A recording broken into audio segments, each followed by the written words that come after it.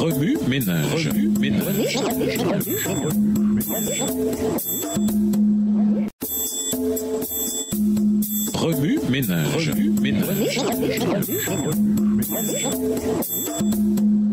Bienvenue dans votre émission. Remue ménage. Nous voilà à la leçon de jeudi, une nouvelle gestion. Lisons Galates 2, le verset 20. Galates 2, verset 20.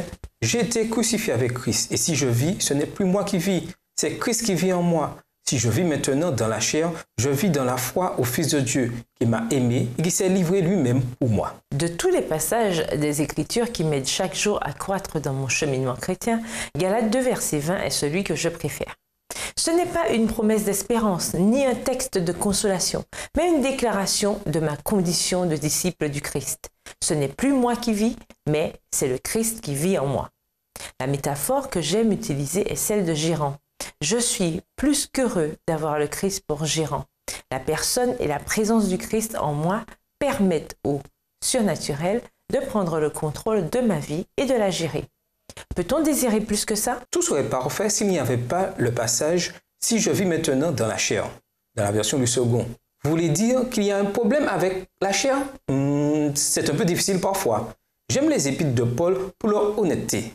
Dès que Paul soulève un problème, il trouve la solution. Voici donc la solution au problème de la chair. Je vis dans la foi au Fils de Dieu qui m'a aimé et qui s'est livré lui-même pour moi. La version du second. John Stott, un théologien anglican, définit la grâce en ces termes.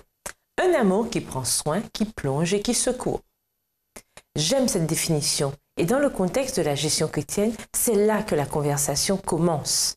Si Dieu a été aussi bon pour moi, au point de me donner le Christ, alors ma réponse est de consacrer en retour ma vie tout entière à Dieu. Dans le foot, le rôle du gérant est critique. Si le Manchester United Football Club a remporté le championnat de Premier League English, c'est à cause des compétences en leadership de l'entraîneur Sir Alex Ferguson. Sous sa gérance, le Manchester United Football Club a atteint le sommet de la gloire, gagnant des coupes et des trophées à chaque saison. Imaginez ce qui arriverait à l'Église dans notre sphère d'influence si nous invitions le Seigneur à être notre gérant d'une manière nouvelle, rafraîchissante et joyeuse. Pourquoi ne le laisserions-nous pas prendre la direction pour briser les slogans, les clichés religieux et même notre stratégie collective?